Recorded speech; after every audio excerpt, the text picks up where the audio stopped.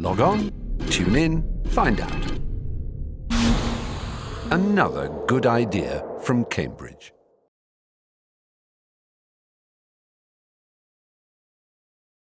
It's a great pleasure and honour to have a chance to talk to Partha Dasgupta, our first real conversation, I think. Partha, I always start by asking when and where you were born. I was born on 17th November 1942, middle of the war, I guess, in Dhaka, in what is now in Bangladesh. But at that time it was, as you well know, undivided India. And people like to sometimes go back, well, I like them to go back over their ancestors. If you're a few Englishmen I know, you go back to 1066, but if you'd like to go back to your grandparents anyway, or whoever you know about. Right, there's no risk of going too far back because we Indians haven't got that kind of record as you have. My maternal grandfather was a lawyer, and a pretty good one, I think fairly prosperous, in Dhaka. Certainly that's where my mother was born and raised. My paternal grandfather was born and raised in Barisal, which is also in now Bangladesh, but further down the Ganges and the Brahmaputra confluence, deep into the delta of Bangladesh. And my maternal grandfather, my paternal grandmother was also from there. So that fact that my father's side was, by the time my father was born, was pretty impoverished financially. But it was a family with a deep scholastic history. So we were essentially a family of scribes. If you get back to the 17th century, there's some records of the ancestors being scribes.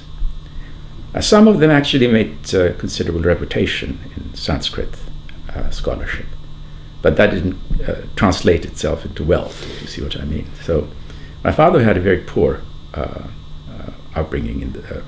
His family was very poor. My father's father was, I think, a sort of a clerk in the local magistrate's office in Barisal, in this town of Barisal. Barisal is a town which is also in a district called Barisal. And my father was born in a village there called Goila. That's about it. My parents met in... Did you know any of your grandparents? No, they're both... all three of them died before I was born. I knew I apologize for saying no, I did know my mother's mother, my maternal grandmother. She died in 1956, so yes, I did know her. Rather well. She was a lady of considerable independence of mind, even although she came from a generation where women were not exactly prominent in the social sphere. Tough character. I won't say tough. She was actually, but by the time I met her, of course, she was quite old. I would say she was rather soft, but she was quite deliberate in that. I'll give you an example. One of my mother's sisters, who was quite a number of years older than my mother, was married off at the age of 13 to a rather rich family, so that was the good news. The bad news was that she was widowed at 15. And she remained a widow, of course. I knew her very well. But my grandmother took a stance subsequent to that, which meant that my mother didn't have to get married till she was 22, and she was given an education in the University of Dhaka. Because I think it was largely due to my grandmother. She put her foot down and saying this was not going to happen again. Right. So moving on to your parents, what did they do and what was their character and influence on you? Well, my mother raised a family. She was a graduate and had a deep interest in poetry, but I didn't, both Bengali and English, by the way, but I didn't really get to know that because her concerns were raising the family and looking after my father, who was, I won't say poorly in health, but she was particularly concerned that he lived well, comfortably, that is. And because he was a professor with a great number of students, and he was a very old-style professor, so students always came to our house, she became a surrogate mother for a rather large, extended family, if you see what I mean.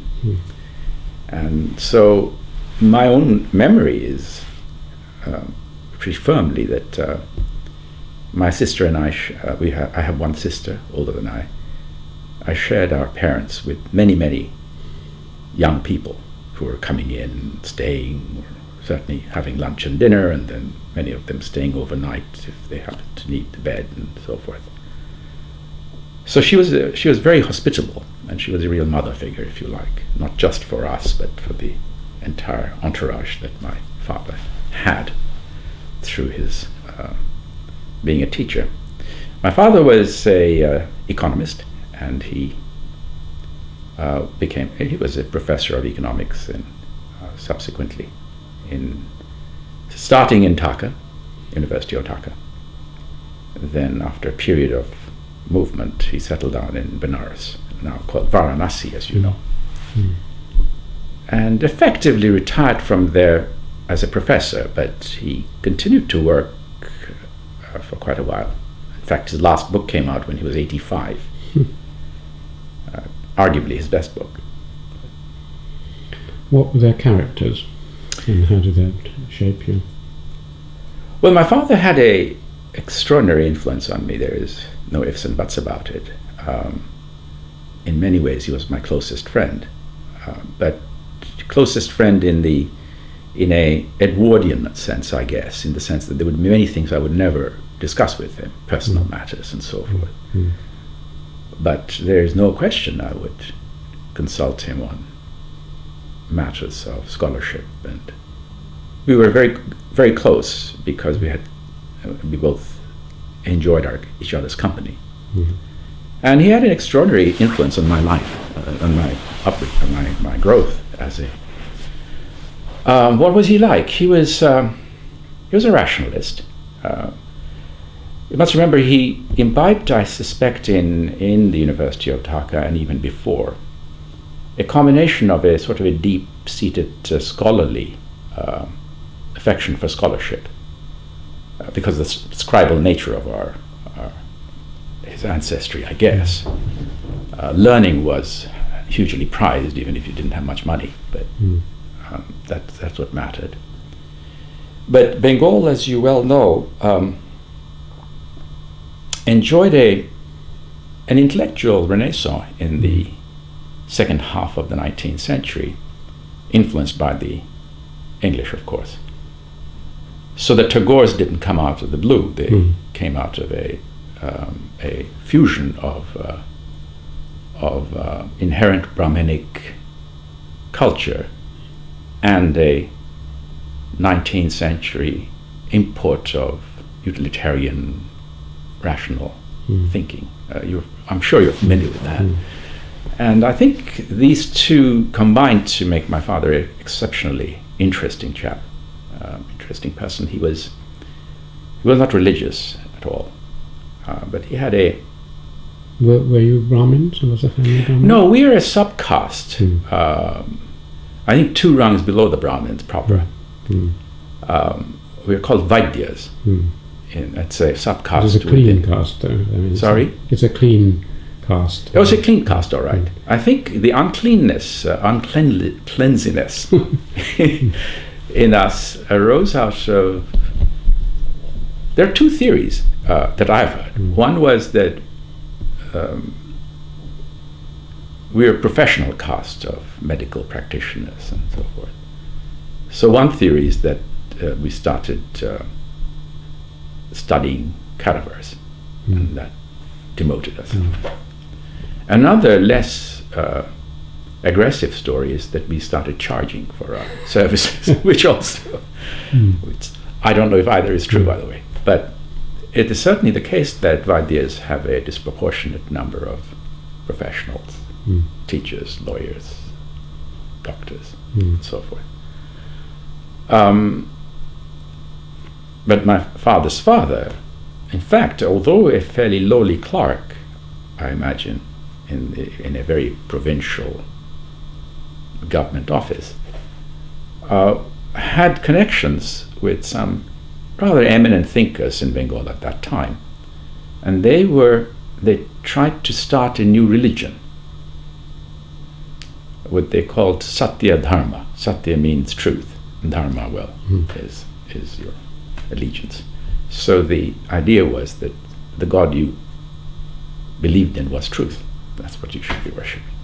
So that seems to be, roughly speaking, the background. Now, my father had a very Spartan attitude to life. He was always clean, tidy, meticulous in his ways of doing things, but nothing fancy. So, and my mother was like that as well. So, but it was a comfortable existence. We had by the time I was growing up, my father had a fairly secure salary as a professor at Benares Hindu University. So we were relatively comfortable by then. So I never saw any hardship. Not that my demands weren't very much, largely because it was in response to my family background. But certainly I never suffered from want of clothing or... Did you hear about hardship? Because both you and I mean, I was a few hundred miles to the north at the time, 1943, Bengal famine, about which, of course, Amartya Sen and others have written, and you yourself have been very interested in these subjects. Do you think any of that background, when you were only 2 or 3, influenced you at all? No, that would be disingenuous. No, I don't think so. I knew of it, of course, but only like many other things, the First World War or the Second World War. What I do recollect was something else, communal violence. That I do recollect, because even when we left, after we left Bengal, which was middle of 1946, as far as I know, we then went directly to Delhi, and we lived in Old Delhi, which had a very rather even mixture of Hindus and Muslims, and the mood was pretty tense every now and then there, and our younger friends would protect our flats from encroachment in case there was a problem. And in the event, there wasn't a problem, but there wasn't a problem for us. But communal violence was sporadic at that time, right through the northern India, and I'm conscious of that. I don't think the famine had any, other than some purely academic. Why was there no problem? Because you're moving towards 47. Had you moved out of Delhi by the time? No, we moved out of Dhaka. Yes. In middle of 46. Yes, and then you moved to Delhi. We moved to Delhi. My father didn't have a very satisfactory job there, and we were there for 6 months. And the moment he moved, he started getting offers from other places. So we moved from there to Cuttack for 6 months. While he was in Cuttack, he was offered the chair at Benares. So when the communal riots over the time of partition... Oh, this was before the communal riots started, well before the partition. The partition was, of course, in some sense, the crescendo of the set of events, but communal tensions were there right through the war, I understand, as I understand it, but certainly 46, it was commonplace, and by end of 46, which is what my earliest memories are, actually not Dhaka, but Delhi. And there I do remember having to take, being shut in for the night, and with friends who were protecting the young friends who came with bamboo sticks to protect the household from rioters in case there was. In the event there weren't, by the way, but Are those your earliest memories, really? Yeah, I think I can't recall anything from Dhaka days. I was all of November 42. We must have left about summer 46. So I was just over 3. No. My earliest memories are towards the end of our stay in Delhi. And that's sort of fleeting, by the way, just incident. But my proper memories from the period we've been in Varanasi.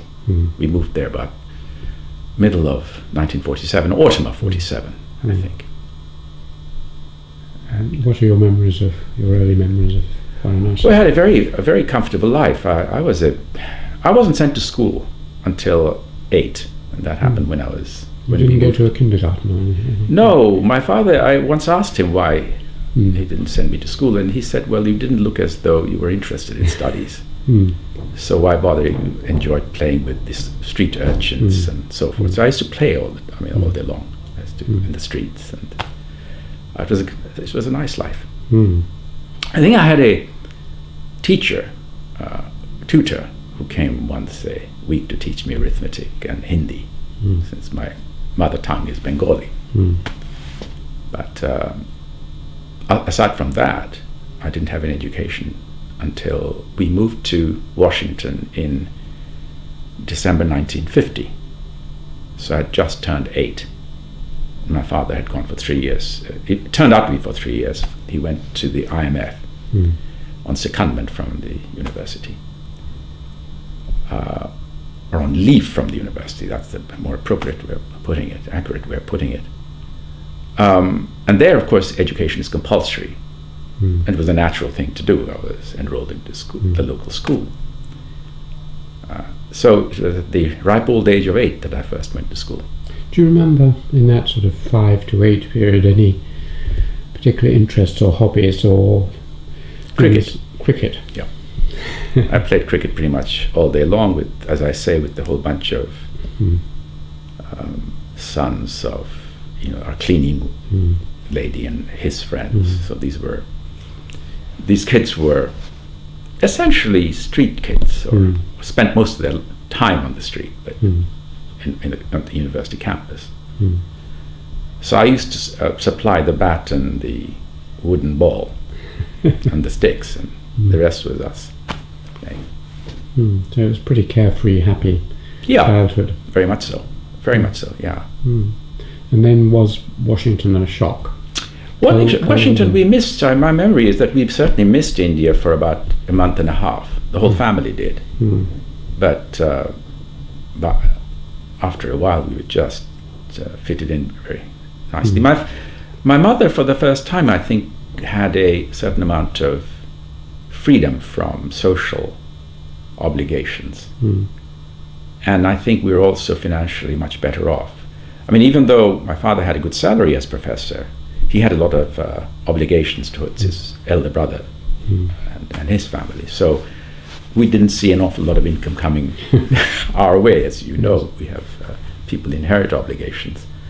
But I think the salary in the IMF was sufficiently large that for the first time my mother had felt that she could take us out to a concert, for example, and then we all would go and spend a nice evening, that sort of thing. So she had a terrific time, and so did I.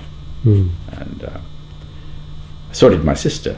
I think my father didn't like it quite as much because he missed the university campus life. And an office life was not his to the liking. But he had his nap after lunch, even at the IMF. If you called him between 1 and 1:30, his secretary would say, "Well, Professor Dasgupta is having a nap." That's very frank. So, do you remember your first school in Washington? Oh yeah, yes, I've been there since. Have you? Bancroft School, yes. It was a very, very good school. Nothing exceptional about it. It was the local public school, state school, that is. But in those days, I guess America was really well ahead in elementary schooling because you had much more freedom than as I understand it, compared to the British school system. I had some marvelous teachers. You had these great teachers, if you like. each year. My memory is, and of course I fell in love for the first time. Why do you say of course? 8 is not always the age. Well, isn't that the time when you but it changed. It was a mixed school, was it? I mean, Oh boys and yes. girls. Oh yeah. These are state schools in America. Were all mixed. Yeah.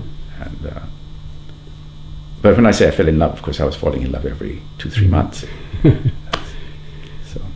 And were you already beginning to find any particular subjects? I mean, this is between 8 and 11. You were enjoying more than others? I can't recall any. I think I liked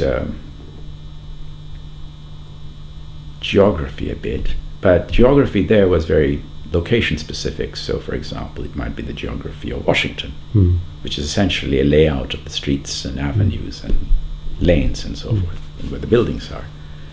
But it involved making little models, building them, that is, with paper mache. I think I enjoyed that. So I can't say there was anything grabbing me. I used to play baseball quite a bit, softball rather. That took over from cricket. Cricket, I guess. Yes, that's right. And I had again a very free life there. Yeah. And there weren't any teachers at that stage who particularly shaped you. Probably later. No, I can't say anybody shaped me. I was very fond of Mrs. Dietz, who was my great teacher in my second year, I think, if I remember correctly. And just the other day, I rediscovered a book she had given me in 1952 called Great Composers, Lives of Great Composers, written for kids. And she had there's a lovely inscription in it because she was thanking me at the end of the school term for the help I'd given her, which presumably meant I wiped the blackboard in the evening and stayed on for certain chores that she asked me to perform. That's nice. So, yeah, so I remember her. She was elderly lady, Mrs. Dietz. And, but I can't say that I have any memory of intellectual growth in anything other than the normal sense of the time. Yeah. Then you went back, presumably, to your next school. We went back. My father went to the IMF because he had been asked by the finance minister of India to go and represent India as he was chief of the South Asian department at the IMF. So it was a pretty good post. But he was rather reluctant to leave the university, so he had said no to begin with. And then they said, well, look, come on, you can go for 2 years. But once he got there, all his friends, who were far more intelligent than he did, urged him to stay on for 3 years, because that way he would be eligible for a pension, which he never worried about in those days, an IMF pension. So once they put a lot of pressure on him, he decided to stay for a 3rd year. It made rational sense, of course. But he stayed there exactly 1 day more than was absolutely essential in order to qualify for the pension. By the way, I should tell you that pension saved him, because he didn't have any inherited wealth, absolutely none at all. So he had quite a comfortable retirement, because the small pension he had from the IMF, when converted into rupees, was not quite negligible. So we went back, yes. We went back in November 1953. So we were there nearly 3 years, just under 3 years. And you went back to Benares? We went back to Varanasi, yes. Yeah. He went back to the same job. And you went to it, by this time you were about... I was 11. 11. So do you go on to another kind of school? Now I went to a school, yes. Now I was sent to... Now my father, when I say my father did this or my father did that, I mean that I discussed it with him later on in life, and he explained. So his reasoning was that I had learnt English rather fluently, obviously, 3 years. And at that time in Varanasi or Benares, the medium of instruction was all in Hindi. And he felt that I would lose my fluency in English if I went to a Hindi-speaking school. Now, there was no English-speaking school in Varanasi or Benares at that time. And the nearest that he could locate, which had a good reputation, was a public school called La Martiniere. How do you spell that? L.A. and Is then it French? yes, Claude Martin, I guess. Martiniere.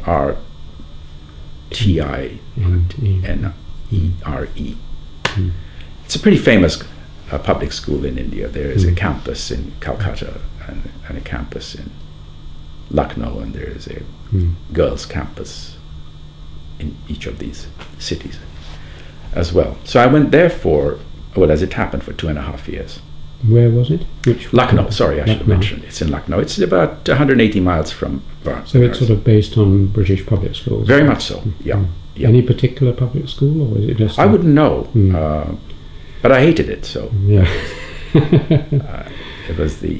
What was so awful about it? I mean, I think it's probably, objectively speaking, it was a pretty reasonable place. Certainly many of my other friends seemed to be very happy there, or comfortable there anyway.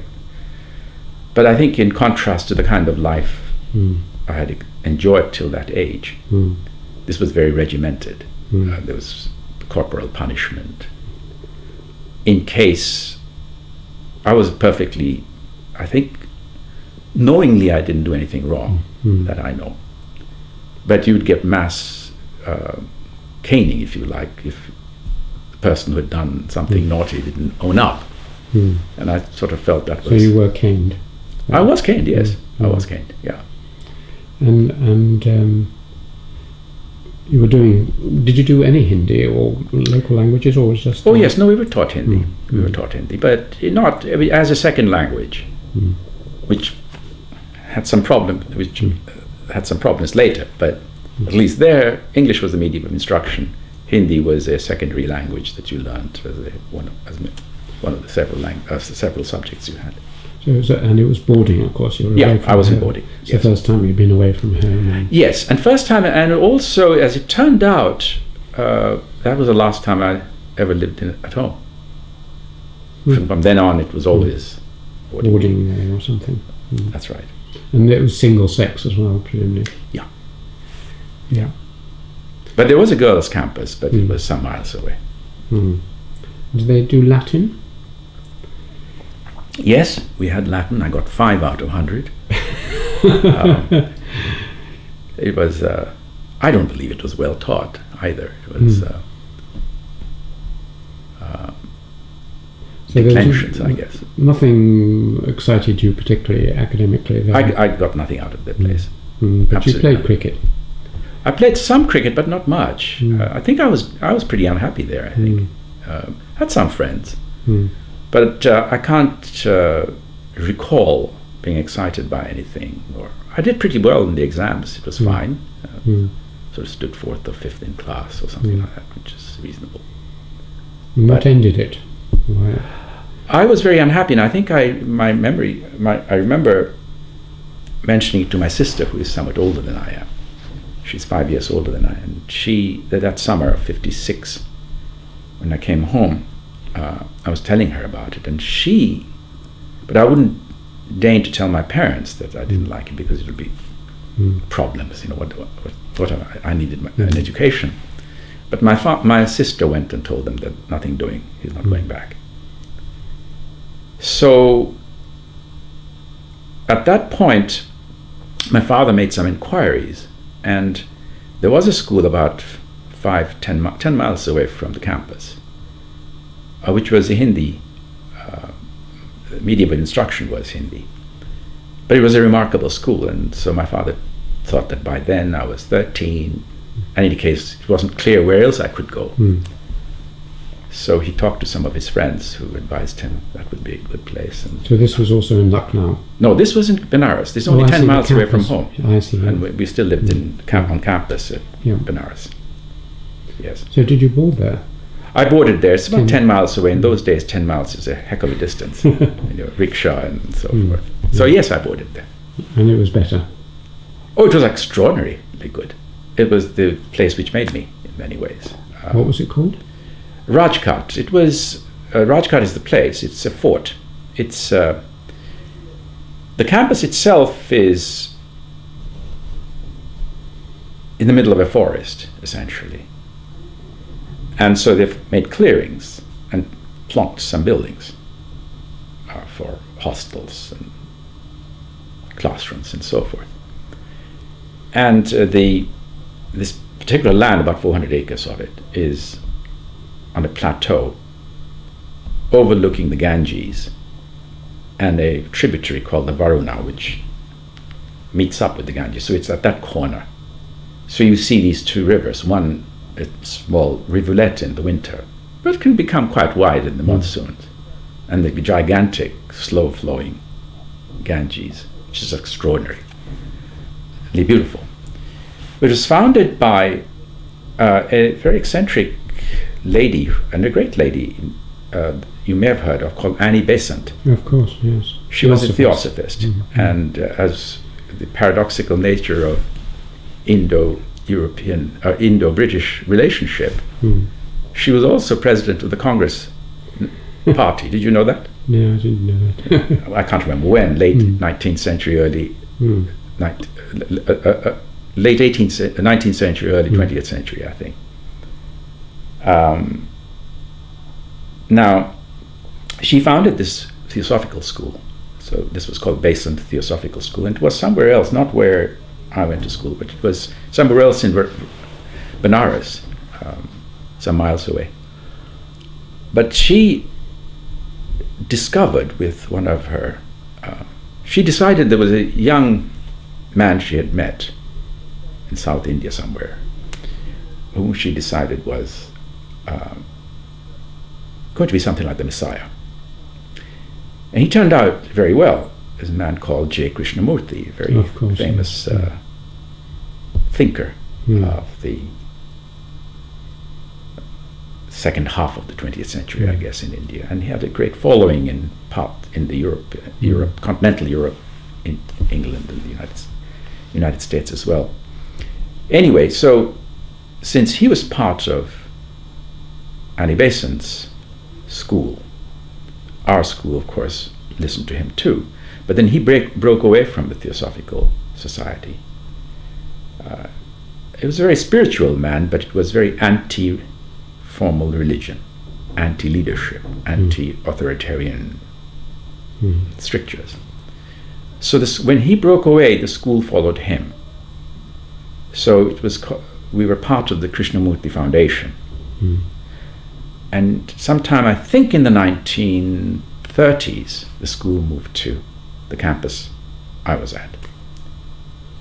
And it was really remarkable. There's no question about it. I had some phenomenal teachers. And any you particularly remember? Oh, I remember quite a number of them. I'll tell you in a minute, I had some occasion to remember them as well. I went back to my school last month for the first time. And my wife was with me, and we spent a whole week on campus. So when I introduced myself to my school about 3 months ago by letter, saying we were coming, and could I spend some time on campus, I of course wrote about my teachers. So who were my great teachers there? See, the average quality of teaching was just exceptional, because this is not a sentimental man speaking about his childhood days. It's that because Krishnamurti was so influential, most of my teachers went there to teach because they were followers of Krishnamurti. So the kind of people who taught there wouldn't have normally become school teachers. And in India, like in many other countries, or most other countries, school teaching is not the first port of call for somebody who's academically excellent. Well, it was in this country after the Second World War, because of the shortage of posts. Sure. But typically but usually it isn't. It isn't. So I had some fantastic people teaching me. They were real. It was their vocation. I think the people who influenced me most was my physics teacher there, Shashi Bhushan Mishra. He taught chemistry as well. Remember, I was 13 to 50, that age period. So when I graduated from school at 15, it would be a bit like a year before O levels, I guess, a bit before GCSEs, maybe even a bit before that. But at that time, the schooling system was 10 years and then 2 years of intermediate college, and then 2 years bachelor, and then 2 years master. So you ended up approximately the same as here. At the age of 21, you came out of, or 22, you came out of the university system if you went through the whole route before hitting PhD, if you wish to. So I had those two. He was very good in physics and chemistry. He was really quite fantastic. But I think the person who, in many ways, influenced me the most was my geography teacher, Viswanathan. He was quite remarkable. And I think on reflection, I think I had a very delayed reaction to his teaching by something like, let's say, 25, 30 years, because I like to think now that my real genuine interest in nature arose out of those 2 years of classes with him. He was phenomenally good. Then I had a fantastic teacher in English. He was a great man. He, Tarapada Bhattacharya, is a Bengali gentleman. And he lived a bachelor's life in a room in one of the dorms, in one of the hostels. So he had a room, say, half the size of this one, approximately, that's about right. And all his worldly possessions were there. And towards the end of my first year, I remember, I was ill for a few days, fever or something like that. So when I was recovering, I went to him to borrow something to read, because I'd been asked to take it easy with regard to classwork for a few days till I was fully back in shape. So I knew he had novels in his room, but I hadn't known that actually in his room, he didn't have any place in his room, of course. So he had a trunk, and the trunk contained his books. And so I went and asked for a book, and I picked up one, and it turned out it happened to be The Woodlanders. And I asked if I could borrow that, and he said, he looked a bit doubtful, but he said, fine, go ahead. And I read it, and I think I read it over the weekend. Came back and asked for some more. And he asked me what it was that I liked about it, and I told him. And he said, yes, you can have another one. Have you ever heard of Dickens? That is a great writer. So he picked up a couple of Dickens. But my eyes were on Hardy, because I had read The Woodlanders. Mm-hmm. So I saw Jude. So I picked that up and said, can I borrow this? Now, I still remember he was extremely distressed, because he had a dilemma. And you can guess what the dilemma is. I'm a 13-year-old, and he does not want me to read Hardy too much. Much better if I read, say, Great Expectations. But on the other hand, as a scholar, how could he say no to somebody who wants to read Hardy? So of course I took Jude, and he was extremely worried about it. And I read Jude, and I could see that it was pretty heavy-duty stuff. But of course I loved it. So the next book I borrowed was Tess. So I worked through Hardy that winter. But of course he was very pleased. We used to have chats about Hardy's. But he said that when you grow up, then do read Dickens. Usually the other way around. What other things were you doing at the school? I mean, do you do music or drama? No, I did cricket. I played cricket. I was captain of the cricket team, and that went very well as well. No other sort of hobbies? I mean, drama or acting? No. I didn't do any. I didn't have any skills in that direction. I played cricket. It was a very good year, 2 years. Yeah, it was very productive. On reflection, I was very happy there. And you said the philosophy or the atmosphere was special. In what way? I mean, was it there was no corporal punishment? Absolutely not. Absolutely not. It was a very liberal school, but not liberal in the Russellian sense that he tried out in his school. It was, with strict codes of conduct, obviously, but they were all somehow these injunctions were not injunctions. It was the right thing to do, the natural thing to do. It was quite a bear in mind, people who were addressing us in assembly were some of the deepest minds around. I mean, the school campus housed not just the teachers, but a large number of, when I say large number, maybe half a dozen very, very eminent retired people. They were also Krishnamurti's friends and admirers. So they settled there. And these were some very, very distinguished names. From politics, from the civil servants, from the legal profession. So the kind of people who addressed us was cut above what most schools would be able to invite in the natural course of events, not just for special days, Foundation Day or something. I mean, the people you'd bump into. They treated you as. They treated us with a great deal of respect. Yeah.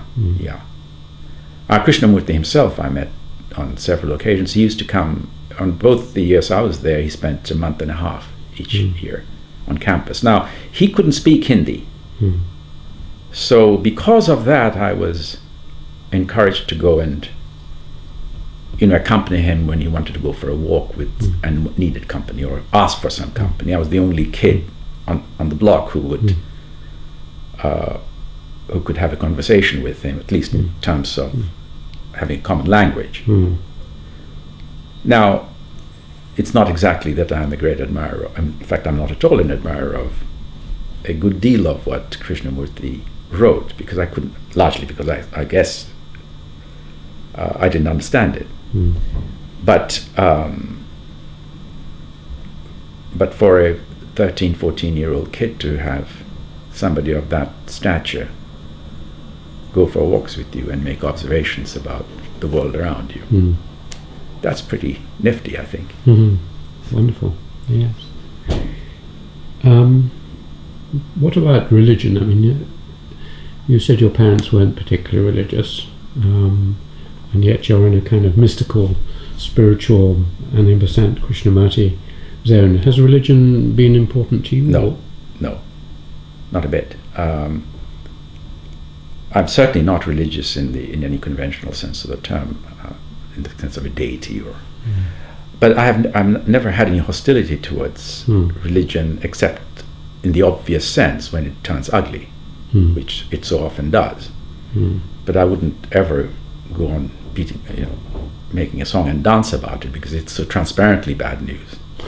But the goodness of religion is also very eminently obvious to me, but I've never shared that. I haven't had any religious feelings. But Krishnamurti, remember, is not he was more spiritual rather than religious. In fact, he's not religious at all. And I can't say that I got necessarily much out of Krishnamurti, because I didn't understand him, frankly. That was it's simple as that. It's tough stuff, and I haven't tried to read him either in recent years. But you see, when scientists, my physicist friends say, or biology friends rightly say, that you can't but be absolutely awestruck by the beauty of nature, or the beauty of the hidden truths that nature has on offer. I understand that absolutely perfectly. And that's a religious feeling too. If you call that a religious feeling, which I think it probably is, I have it. But you don't go to St. John's College Chapel much? Oh, I do sometimes. I have because the music is wonderful. Plus the atmosphere is exceptional. It's I think what it was designed for, period of reflection. I'm used to having assembly, sitting at assembly, which is what I used to have every day in the school I'm mentioning, For 15 minutes you sat on the floor and listened to some wonderful music, which was Sanskritic devotional songs from the Middle Ages, or chants from the Upanishads. And the words in them are quite exceptional. I mean, they are the thoughts that are being expressed are, to me, they're the kinds of thoughts that we all have sometimes, which is a sense of awe about the way the world works, societies work. In my case, of course, eventually I try to understand society, not so much the natural world. The hidden truths that are there to be uncovered, they invite, their recognition invites a sense of, oh, I share that. And my mother wasn't, I wouldn't say she was religious, but she certainly was a Hindu, practicing Hindu. Our house had a small icon, image of Lakshmi, goddess Lakshmi, because my mother had been given it from my parents' home as part of the bridal package, wedding package. And so she prayed to it every day, twice a day, with flowers and so forth. But her prayers were very worldly, in the sense that her mind was in the kitchen, even when she prayed, if you see what I mean.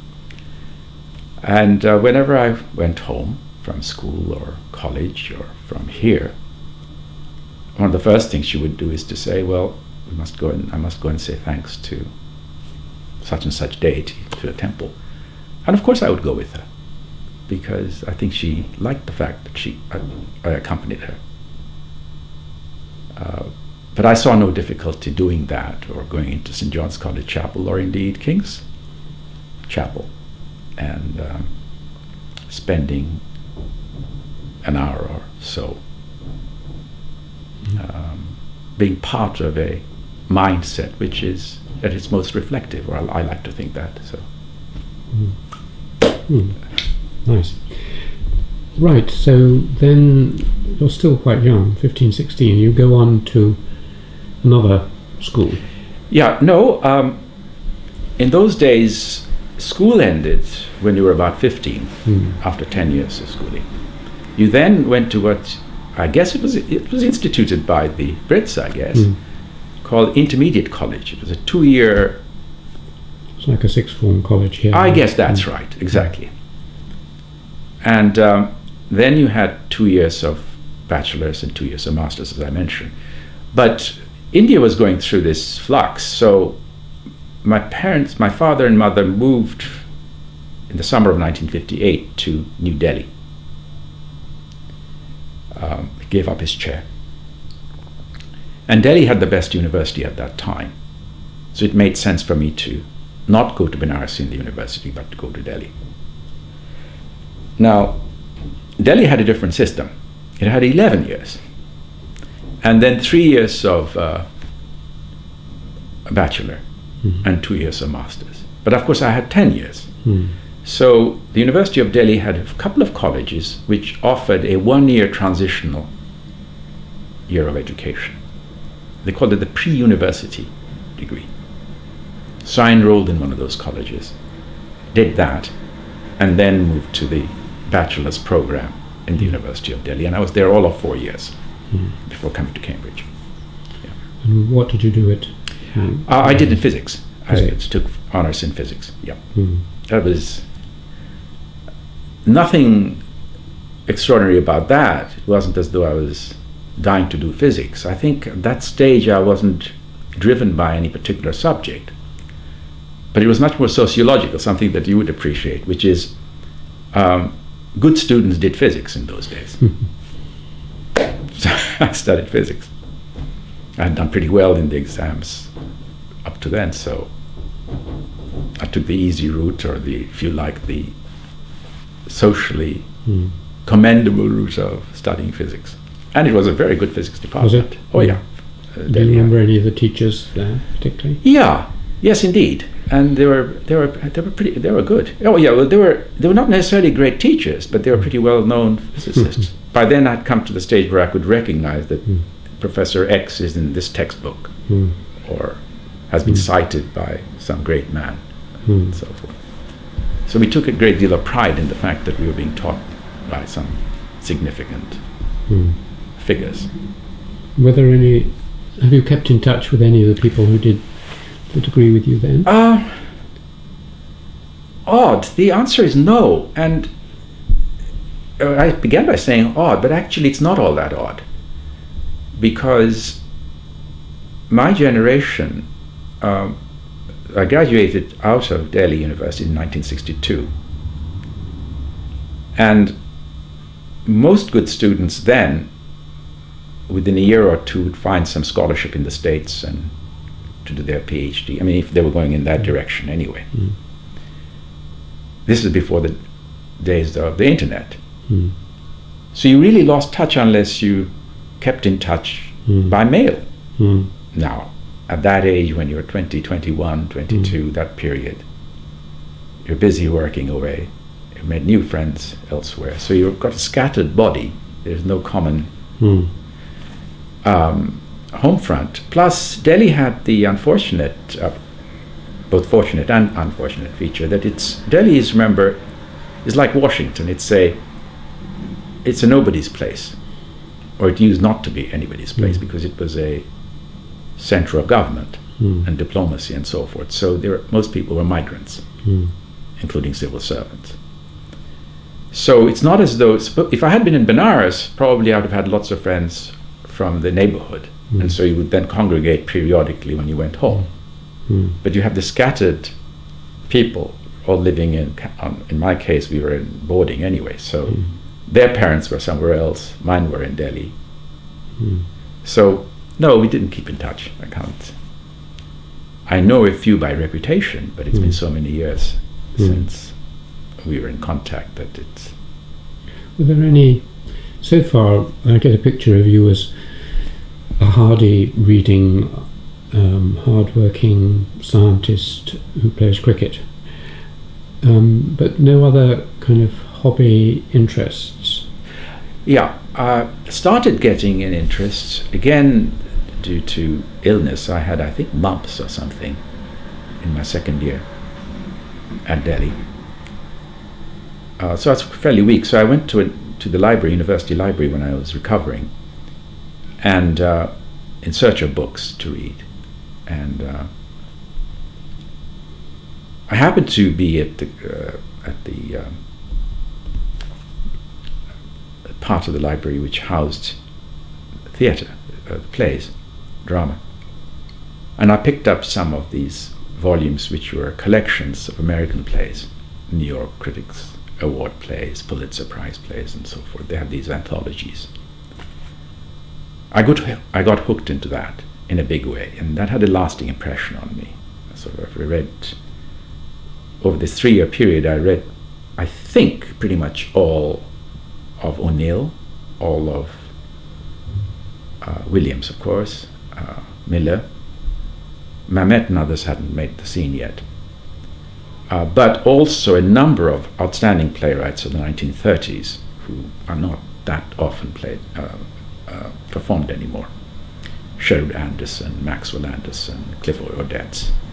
These were pretty good playwrights, actually. But the drawback was, my reading was that in Delhi there was no theatre, so at least not that I can remember. So reading was my way of entry into the world of drama, which of course has influenced my life a lot since coming to England, because my wife and I do go to the theatre a lot, and I do it.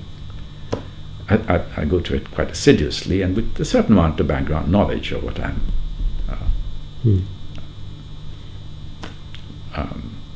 watching. Yeah. What about music? Yeah, I've heard a lot of, yes, I do have a great deal of interest in music, because, well, I should have mentioned when I was in Washington, I got hugely interested in classical music, again accidentally. So you had these long summer days.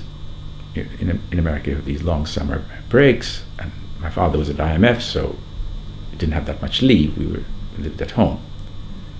So I was a bit like an urchin. I used to go around, going from shop to shop, looking at things. And there was a particular record shop, not quite near our house, about half a mile away from our house in Washington.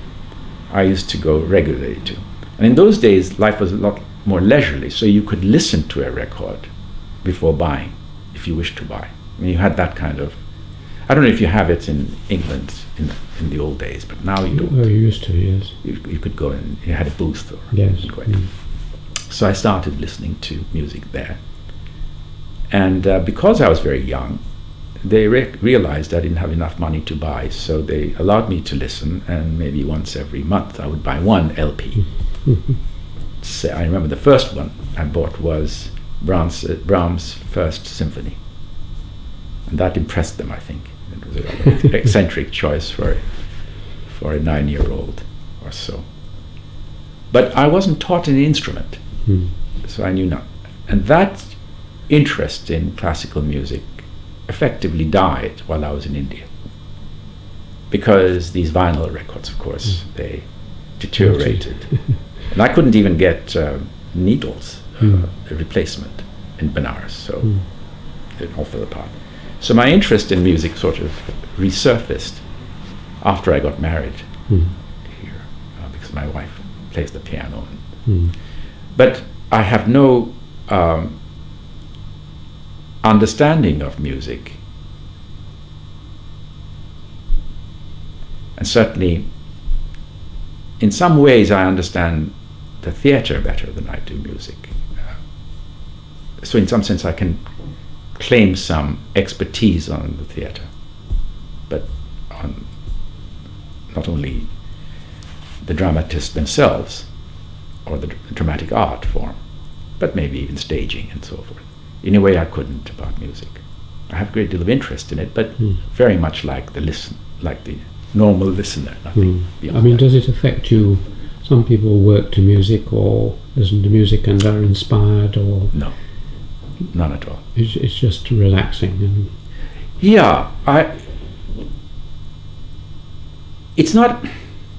If somebody played a record while I was working, it was not going to harm my work, hurt my work at all. But I'm completely oblivious of anything that's happening, whether it's loud noise outside, banging, or while I'm at work. So, yeah, it's not something that has. Music hasn't inspired me in any fundamental way. I can't remember a great moment where I had an idea and I felt I could attribute it to a moment of realization arising out of some piece of music I've been listening some people liken mathematics to music. You know, there's a Right. purity to them both. The last of the art, well, not the last, but another art, that is painting and plastic arts. Has that meant anything to you? Well, no more than most other people. I have no facility in that direction. I have been privileged enough, because I have a privileged life, in being able to visit galleries, but I sometimes feel it's a big waste. In fact, I feel very often this, particularly as I grow older, that I've had this enormous privilege of being able to go to concerts and go to some of the great art galleries and see, and not just great art galleries, but small minor churches. Yeah, and minor churches in off the beaten track churches in Italy, and you get masterly painting that you see. Whereas I've had all that opportunity, whereas a good art student could have done wonders with that experience, but well, he or she won't be able to do it, but I can. So in a way, it's a bit of a waste. In fact, more than a bit of a waste, but that's how it is. So many things in the world.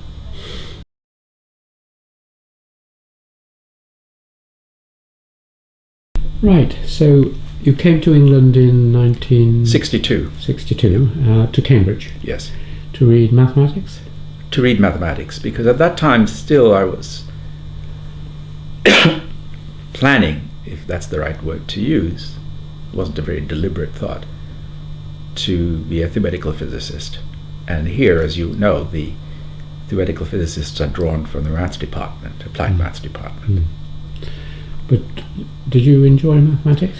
I enjoyed certain parts of mathematics, the applied bits. Pure mathematics never interested me much, but I had to do quite a bit. Wikipedia suggests that you didn't do as well as No, but I wasn't particularly interested in it also. I got more and more interested in social issues. That was during the period of the Vietnam War. So my best friends were, closest friends at that time were social scientists. Which college were you at? I was at Trinity. So you had some pretty good mathematicians teaching you. Oh yes, excellent ones. Was there anyone who taught you, who you particularly influenced you either?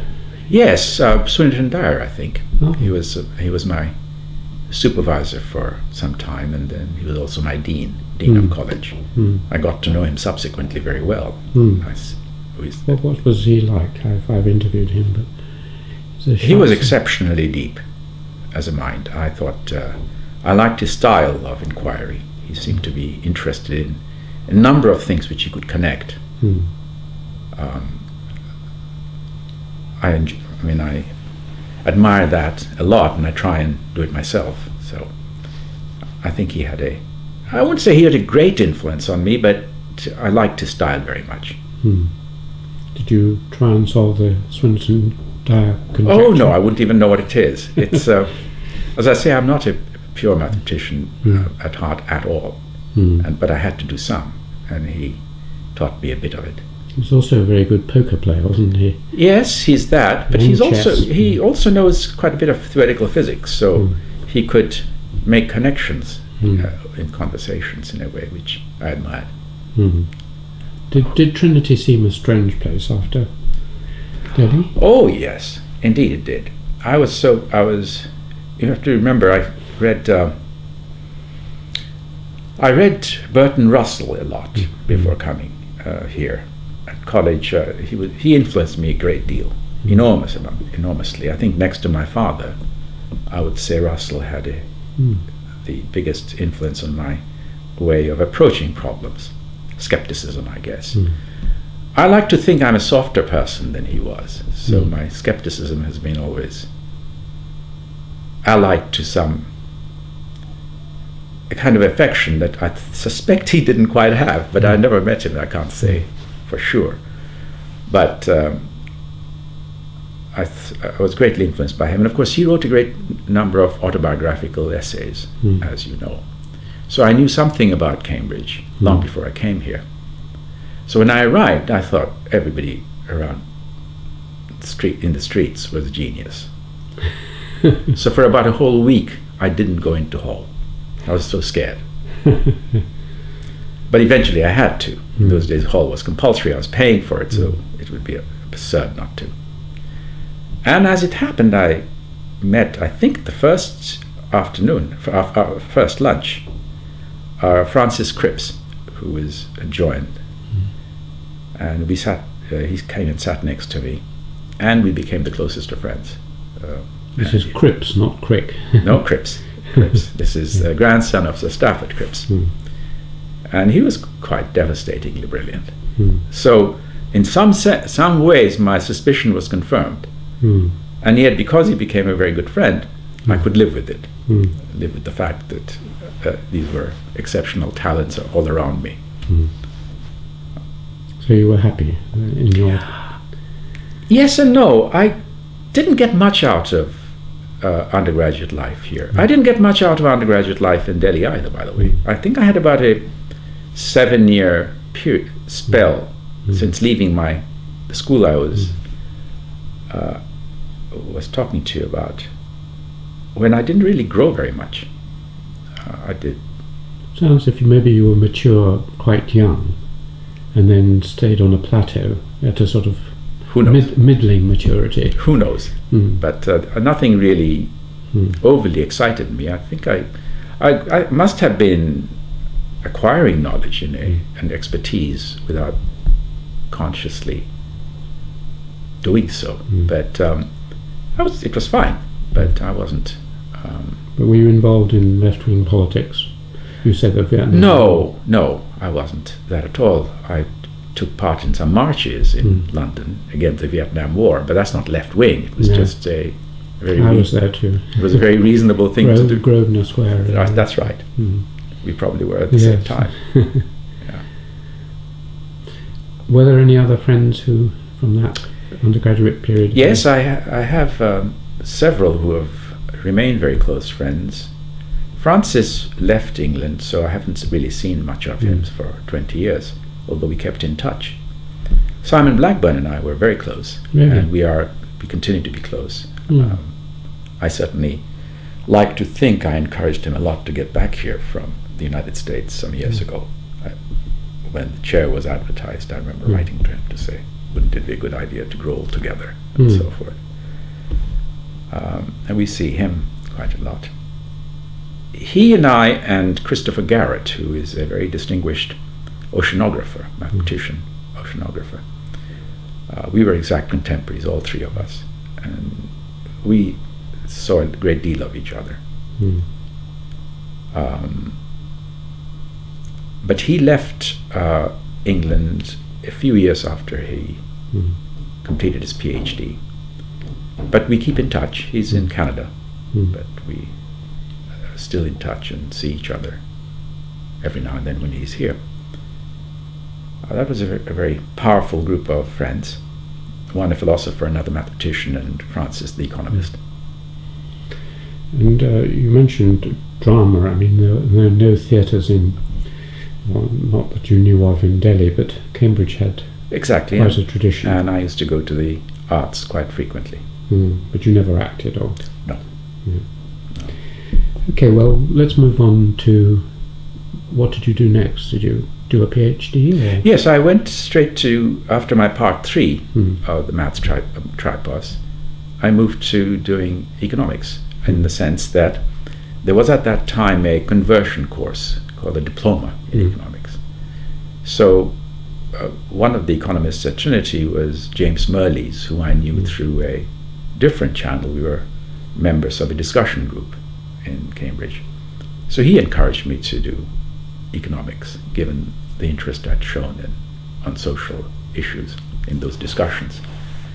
So I enrolled in economics, and this must have been 1965.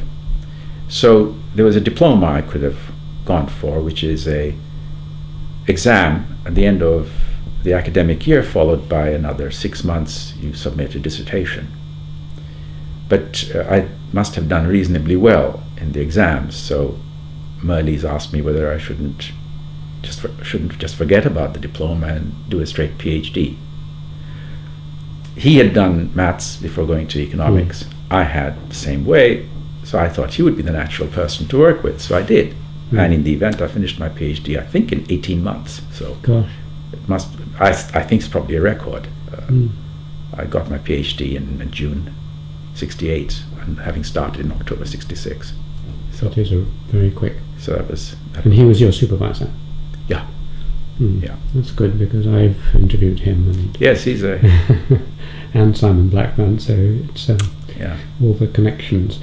What was the subject of the PhD? I worked on what many people were working on, so it wasn't a very novel topic, but it sort of suited my interest at that time, but it largely because other people had been working on it, so I was reading around it. It was on how to think about what to do now if you have an infinite future ahead of you, given that today's decision affect tomorrow and so forth and so on. In some sense, you have to build the whole of your infinite life to today. Now, that sounds a weird problem for an economist to think about, but these were the days when national planning was very important in India and elsewhere. And even if people are mortal, you don't like to admit that your nation is mortal. So even though you talk about 5-year plans or 25-year plans, really speaking, you should be thinking about the whole of the future, if you like. And a great Cambridge mathematician stroke economist, Frank Ramsey, who I believe in this college. Yes, and you have the Frank Ramsey chair. Yeah, he wrote the first great article on the subject, sort of defined the problem. So I worked on that, and that's not very novel. A lot of people were working on it, but I did something which nobody else had done at that time, which was on a very novel problem, which was to combine decisions about consumption and savings with decision for procreation. So how many people there would be tomorrow was a decision problem rather than being taken as a fact, as a datum, as Frank Ramsey and his followers had done. So that was novel, and it's still, I think, one of my best papers. It's certainly one of the papers that are very often referred to by people when they talk about my work. So I like to think it's stood the test of time, if that's how you call it. And it's a subject which you're patron of the Optimum Population Council. Yeah, I've kept, well, the reason for it is that the reason I'm still interested in it is because within about 2-3 years I decided the way I had framed the problem was wrong. And the way I had framed the problem was not dissimilar, in fact it was identical to the way my father-in-law, James Mead, had thought about it. And prior to James Mead is your father-in-law? Yes, indeed.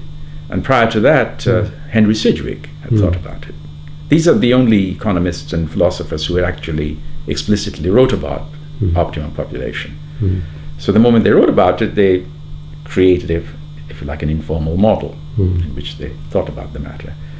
I hadn't actually read them when I formulated my model, but it turned out to be very similar to theirs. In fact, identical in some ways.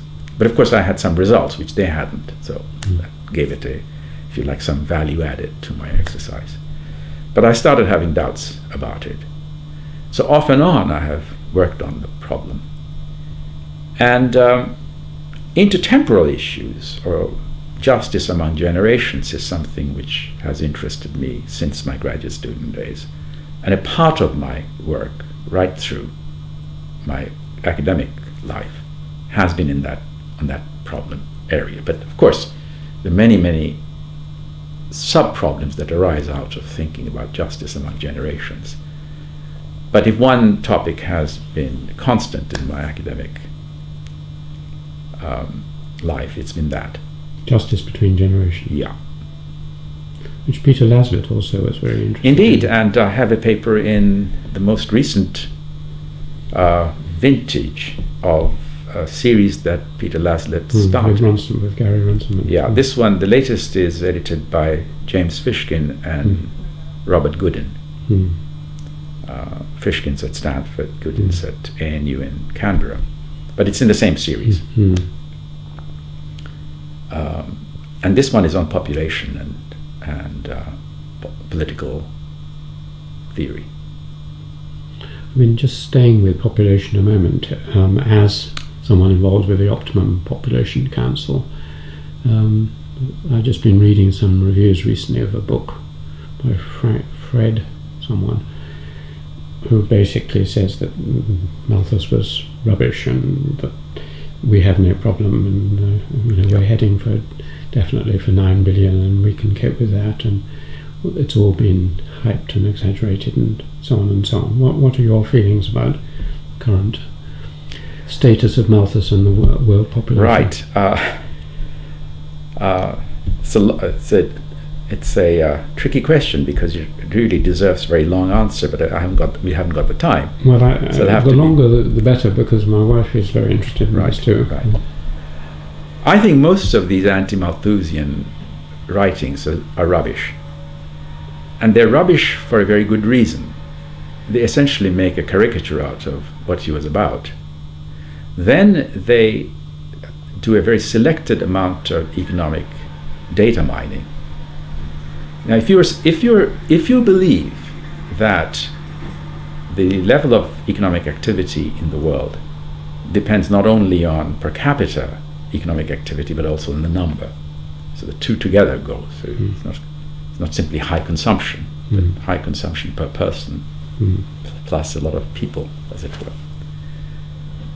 And if you think that that is causing stress on Earth system, if you believe that, and if you don't believe that it's not causing stress on Earth system, then you're basically rejecting a great deal of ecology, a great deal of environmental sciences, a great deal of climate science, the whole lot. So if you believe that it is causing stress, then the issue isn't really whether Malthus got it right or wrong. Who cares whether he got it right or wrong? But the question is whether these were interesting and important issues to think about, which is, are there unintended consequences each of us has on others now and others in the future by our decisions on consumption, work, and reproduction? And there are a great deal of my own work has been in trying to find the unintended consequences that are probably there. Some of them arise, interestingly, out of a lack of well-defined markets. So when you say that in a poor country you need children as substitutes for old age pension or substitutes for labor-saving devices, which we say all the time, by the way, then you might think that there is a pro-natalist drive here, which is perfectly rational from the individual household point of view. It's not that they're stupid or that they're culturally backward or anything like that. But there are unintended consequences on others arising out of the need to have many hands. So this obsession of trying to show Malthus was wrong strikes me as being a bogus exercise. Malthus was unfortunate. He wrote about the time the Industrial Revolution took off. So of course what people have in mind is the fact that people are living longer, people are better off, you name it, and people seem to be doing better now than they did 100 years ago. So what's all this bitching about overpopulation? The problem is that the unintended consequences could be over, say, the fact that you're trashing Earth, the planet, in the process of doing this. Now, if you count that damage in, then things don't look all that well necessarily. And one of my research projects over the past 25 years has been to try and tease out from the data how much of trashing we have been doing to Earth in the process of economic growth and increased longevity. All these are good things, of course. All of these are good things. So it's not as though you're pointing to phony gains. The question is, are there serious losses waiting for the future, which we're not taking into account, and therefore in some sense there's a trade-off that we are insisting on through our actions between the today and the tomorrow and the day after, which comes back to the issue of justice one generation. So today most people would balk a little bit before trashing Malthus when you mention climate change, because that's the name of the game at the moment. But there are other problems too, oceans, amongst other things. So there are large numbers of natural resources which we have trashed, which are beginning to reveal problems. And they're not going to happen in one big swoop, by the way. But we are facing catastrophes. Now, in my way of thinking, one reason this literature is extremely mischievous is that it inevitably sees everything in global terms. The world hasn't collapsed. On average, people are improving, and so forth. But like you anthropologists, I like to think small beer, if you like. And natural catastrophes, or catastrophes that are not acts of God, have happened regularly in the poor world. Villages get wiped out through devastation which are not locusts or bad rainfall only. Those you have historical records of. but denuded forests, water supplies running out. And you then see tensions as the productivity of the natural capital around villages starts declining. Social tensions increase. So again, the social scientist, if you want to avoid natural capital, talking about natural capital, you can do so by saying, well, actually, the cause isn't that. The cause is bad governance. Or it's not overpopulation, it's bad governance, or they're fighting each other. Well, you might ask, why are they fighting each other? Or could bad governance itself be a symptom of social tensions arising? Now, none of these is an easy thing to answer. But to pretend that there's one variable which we can safely ignore because it's politically correct to think so today strikes me as being bad social science. Because warfare is not exogenously given, there are tensions which lead to them. Civil wars, the diminution of natural capital, increased desertification, loss of topsoil, loss of forest cover, are not accidental happenings. They are a consequence of choices made by millions of people. And I think good social science should be open-minded to enough to be able to ask whether it's possible for individuals to be reasonably rational in their decisions, and yet collectively things go awry. And I think for that reason, I think, yes, the population rates in sub-Saharan Africa, unquestionably in my mind, has been very high, but you can't fault it to individual Africans. So sometimes these problems then become a call of words. They say, oh, well, actually is poverty the problem, not population. Well, the problem is poverty and population are both endogenous variables in the sense that you and I recognize them. They're all consequences of past, and they're related. It's not an accident that the very poor in Africa have larger families than the rich in England. Both have a rationale behind them. One leads them to an outcome which is a kind of a trap out of which is very hard for villages to come out of, or households to come out of. Almost like a vicious circle. Now, whether that's Malthusian or not is totally uninteresting to me. The question is whether it's a correct way of thinking about the problem. It's a subject which interests me, but so I'll just ask a couple more questions around it. One is some of the remarks you made at the beginning about the unintended consequences sounded like the work of E.J. Michan on externalities. Yes, these are externalities. Oh yes, I was avoiding that expression because that's a technical term. That's what it is, really, yeah. The second is that in the 70s, one of the most powerful counter-arguments to Malthus was the work of Esther Boesrup, which reduced, oversimplified hugely, basically said that we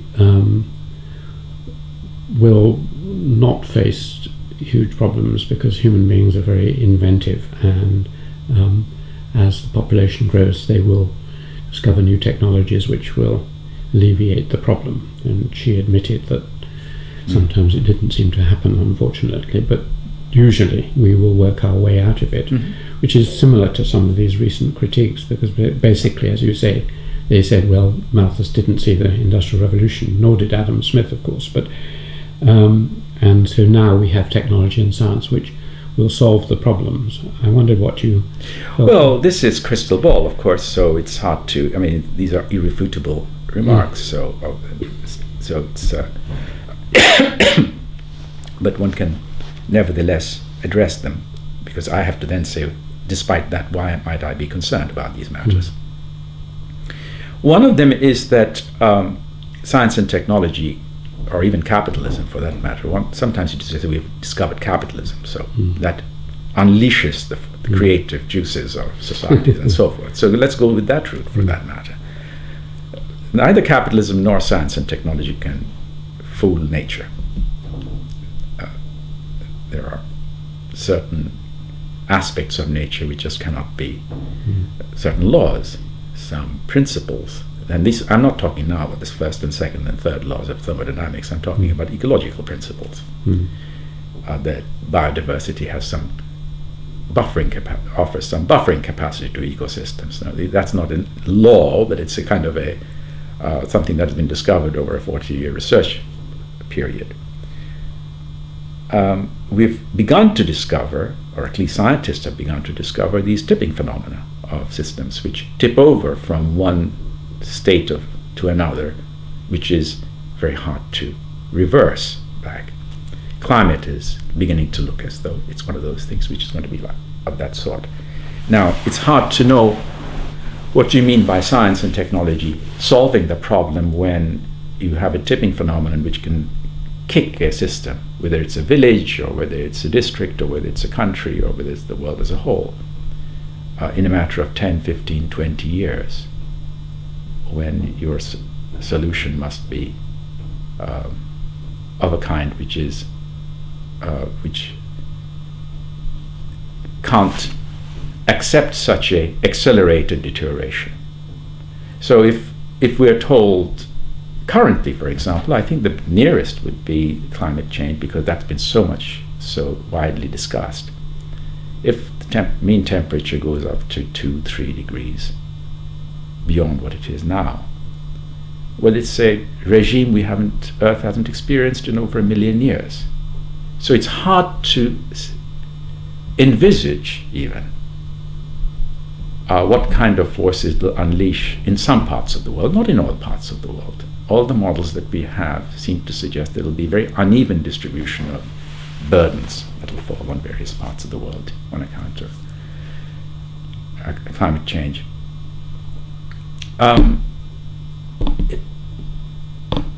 It's a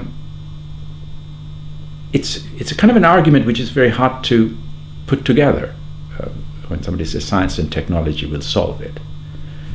Science and technology has solved some problems very nicely, but it wasn't. Science and technology wasn't there saying there is world poverty, let's solve it. It didn't quite happen that way. At least that's not my reading of the Industrial Revolution. There was money to be made.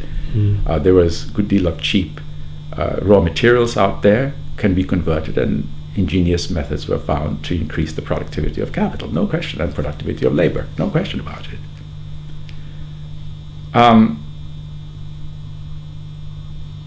But before all else, we need serious institutional reform before science and technology can get going, because scientists and technologists are going to be, technologists certainly are going to be influenced by relative prices, whereas the profitable opportunity.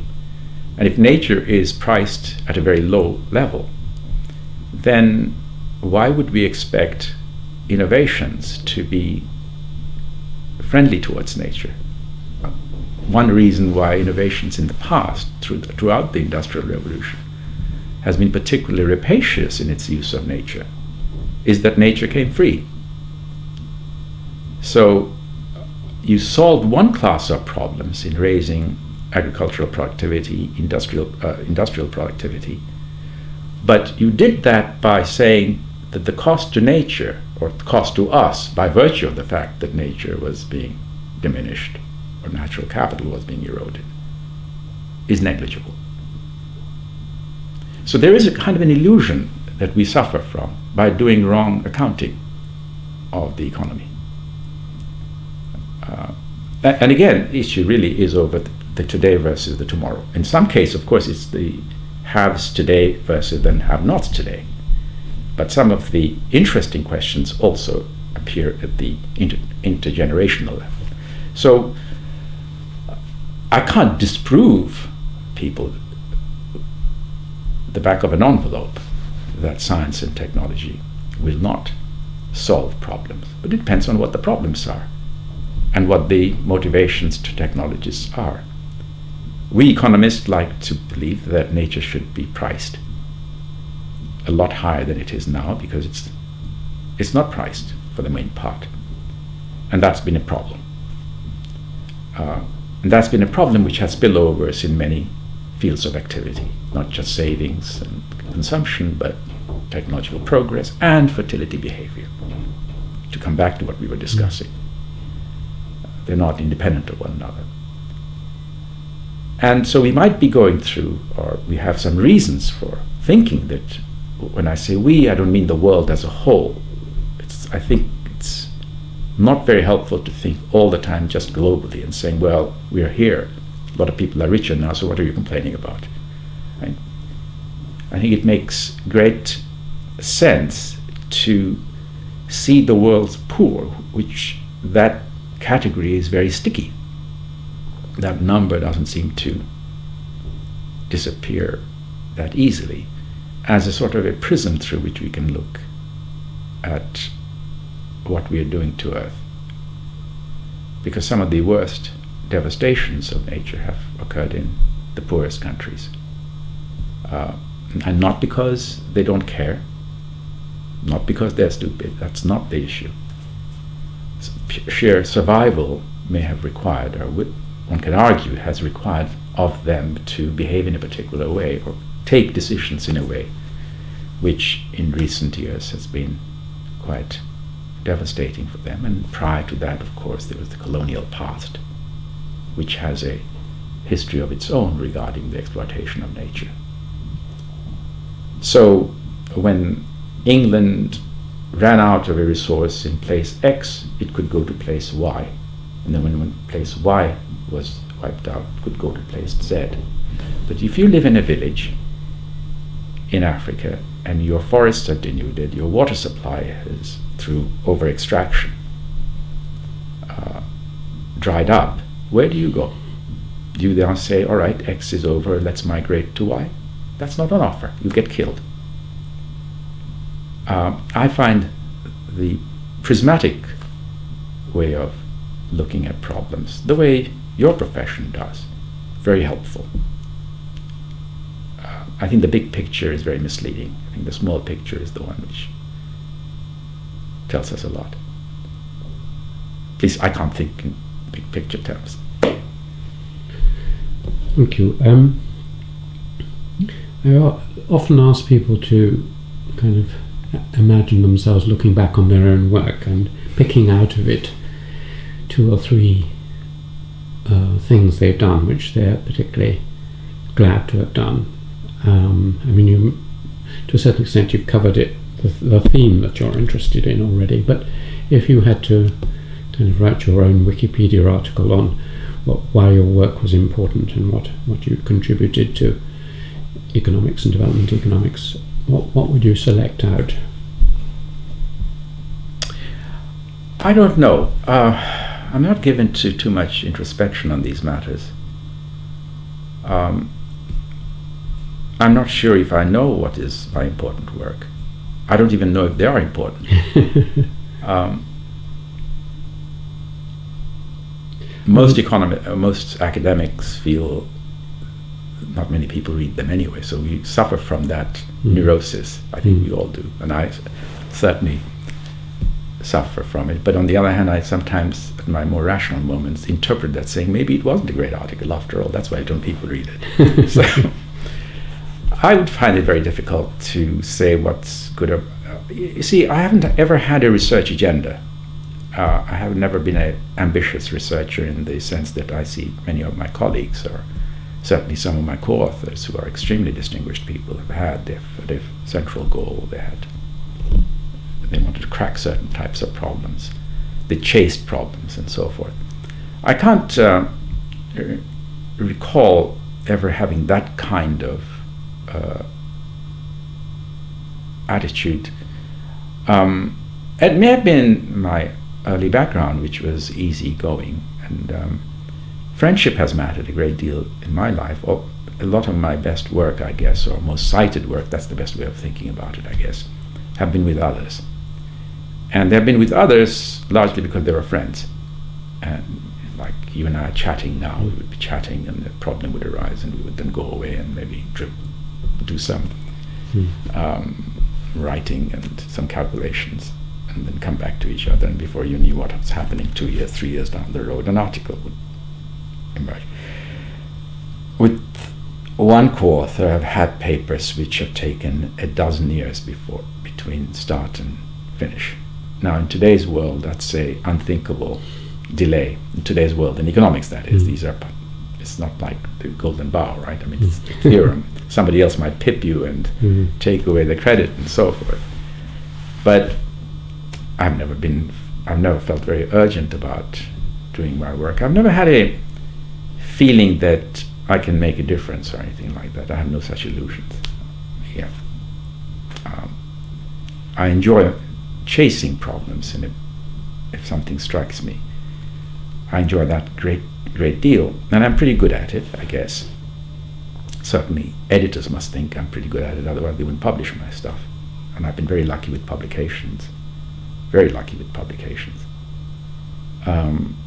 in getting things published in major journals. I've never had a problem there.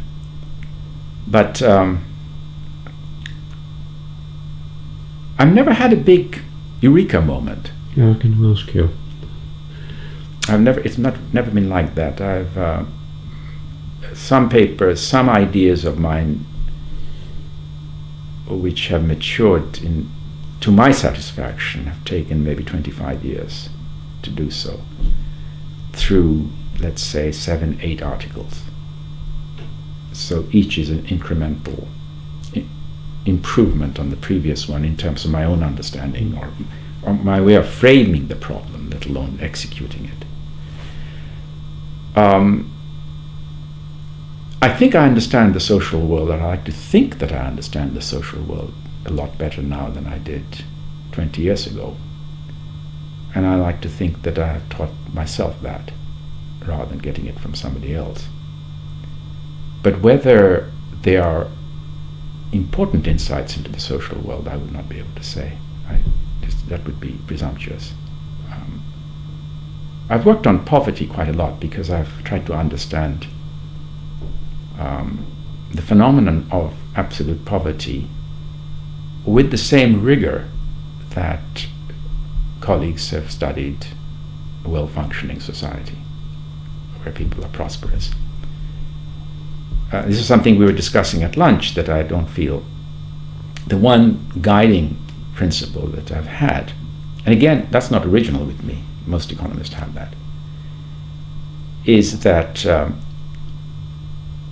people are statistically the same everywhere. So that when you see differences, that needs explaining as to why there are differences. And some of these differences will be sticky, some will be fluid, some of them will take a long time to emerge as differences, some will be fast. So you have to worry about fast-moving variables, medium fast, and really super fast, and then very slow-moving variables. And you have to look at the data with the discipline of theory to be able to see what might be a slow-moving variable, what is not. So, for example, many of us would have taken culture not to be an explanatory, to be a, if you like, not an explanatory variable, because we feel that culture needs to be explained as well. I mean, cultural differences need to be explained, like differences in habits need to be explained, and so forth. But of course, you might then say, oh yes, maybe, but what kind of shoes you wear may be susceptible to change much quicker than culture, or what you eat, or something like that. So one has to be sensitive to that, obviously. But the next question is why? Why should some variables be more sticky than others? If you're a social scientist, the whys never end.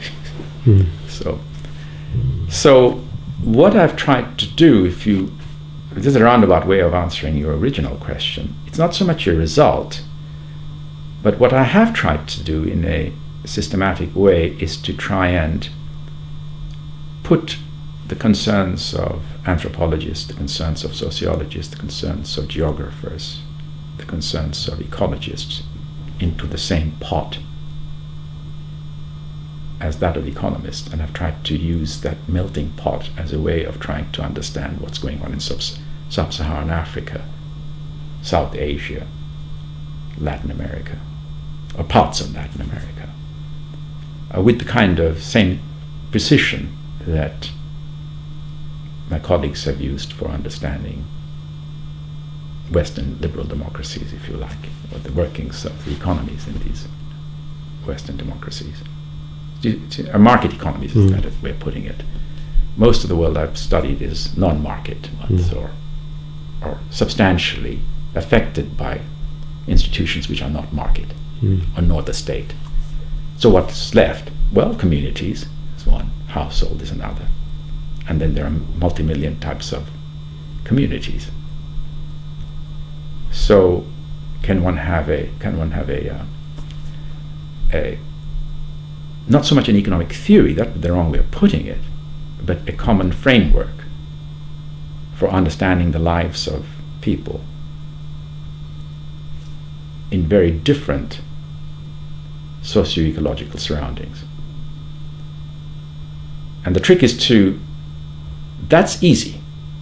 You specify the socio-ecological circumstances, and you can then ask, what would the household do under those circumstances?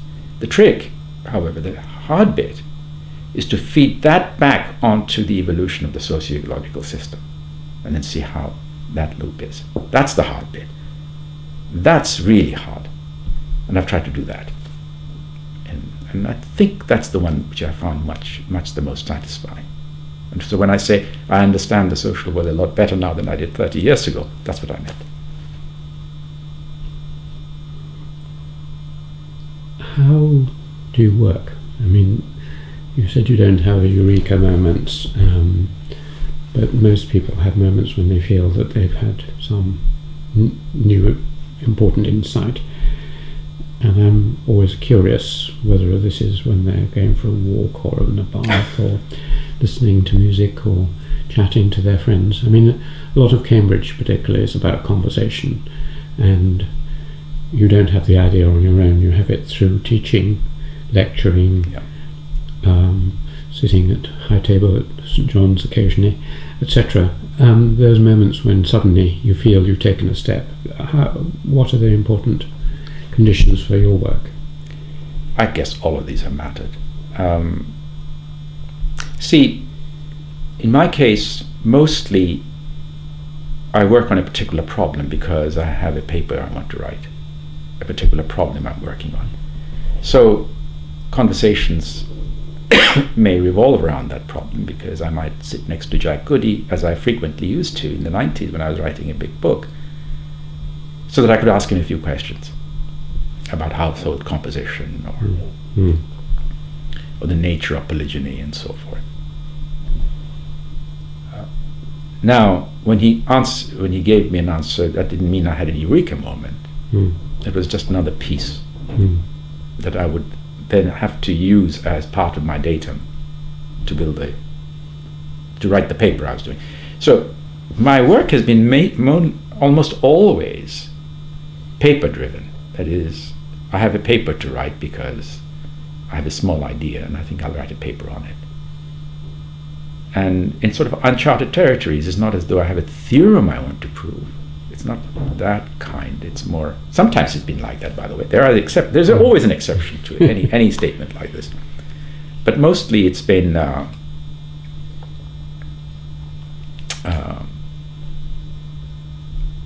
trying to finish a paper. And in order to do that, you read around and you ask people, you talk about it. And little pieces of jigsaw in the sense of being able to complete the paper, that's all I mean, fall into place. And then before you know what's happening, a paper is finished. And then you look for references and citations and so forth so that you can submit it for publication. And that has happened in many, through conversations certainly, at dinners, washing up. At my home, I've never had an office, study that is. I've always worked at home on the dining table with children in my lap and so forth. So noise doesn't affect me disturbances don't affect me. They're not disturbances at all. And that's been good, because our children have never felt that, Daddy's important or anything. He's not. He's his father, and that's it. Provides the laughs. What children do you have? My wife and I have 3 children. We have a daughter, a son, and a daughter. They're all grown up now. And, I like to think that they never felt that they certain times were they couldn't make a noise, or a certain part of the house was barred from them because father was working there or something. I never had a study, so which was, I think, good. But I didn't need one, so it was as simple as that. Or also couldn't afford one, so that was another. You mentioned your father-in-law was an famous economist. Does that mean your wife is also interested in economics? No, she's not. She is she's just taken early retirement from the university counseling service. She was a psychotherapist, counselor. And she had a private practice for some time, but then gave that up to work exclusively for the university's counseling service. And she did that for many years. So you don't discuss economics over breakfast, or? No. Never have? No.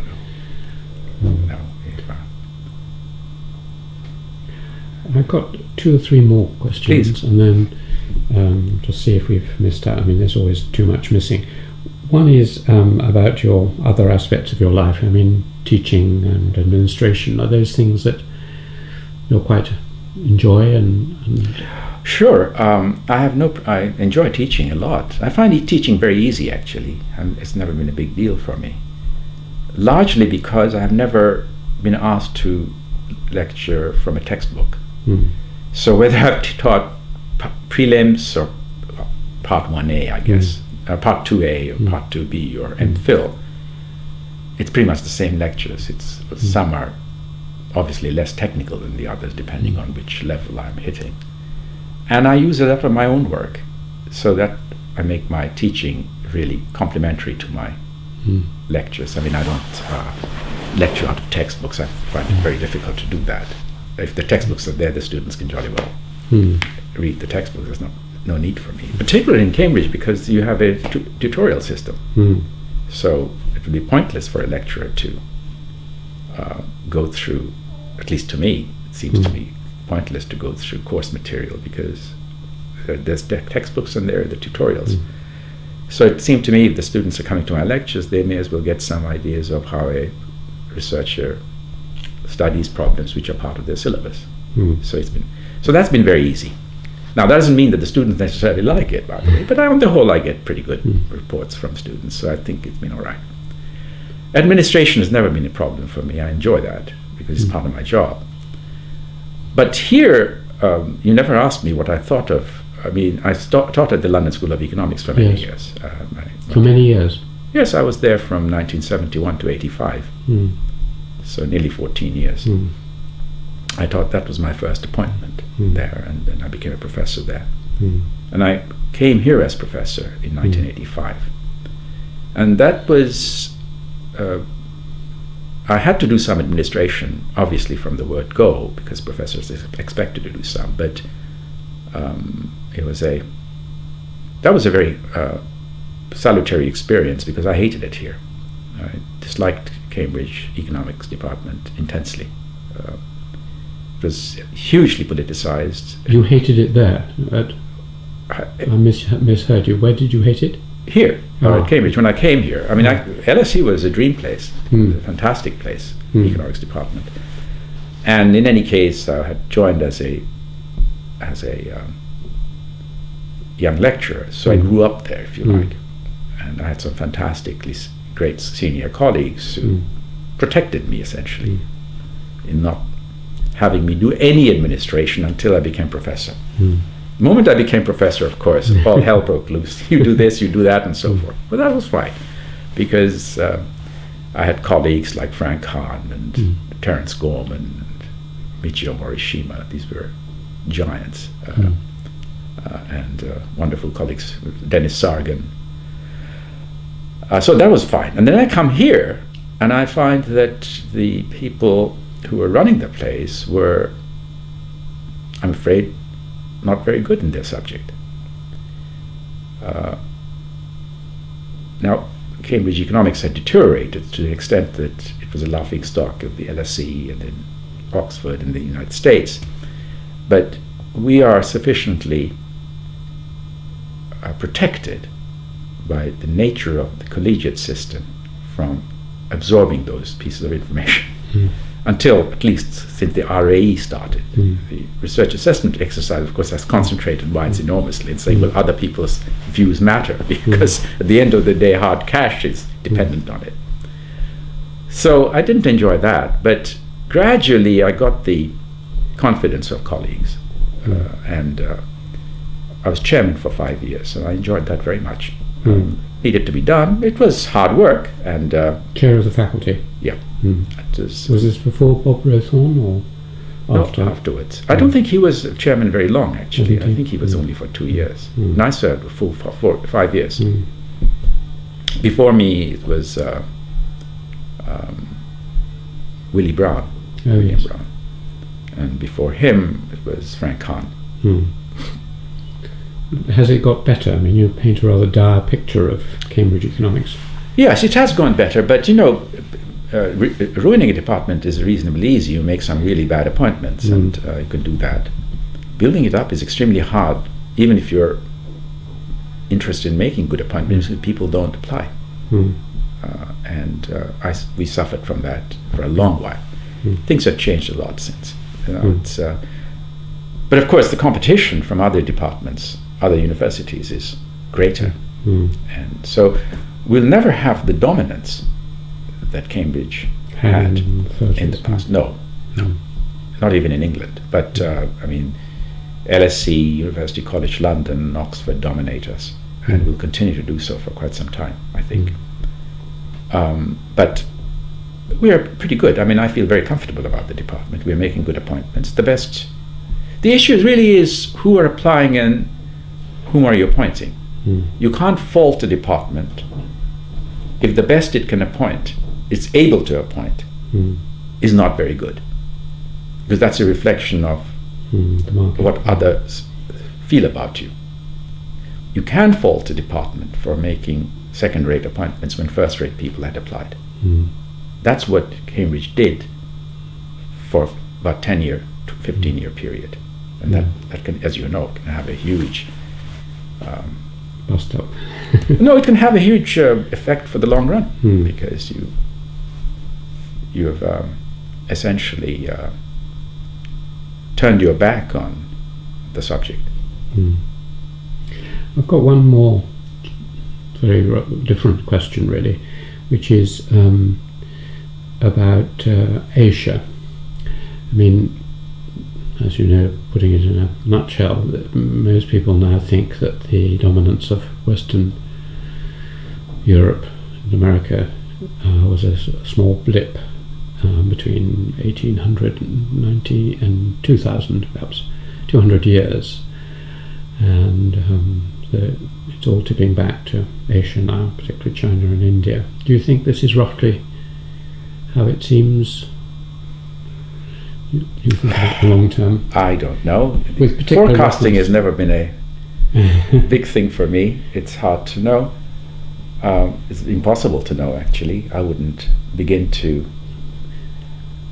The thing that's going for the West, if you like. I mean, I have a great deal of I'm a lot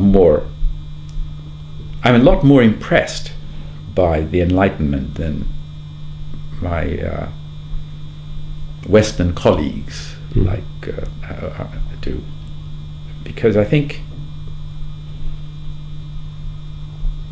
there is a kind of amongst social scientists and humanities people, certainly in Cambridge and elsewhere. I mean, the liberal left types, and I happen to be one of them. So, but where I differ from my colleagues is in having an urge to show that the Enlightenment really wasn't all that much after all. That what's so big deal about Europe?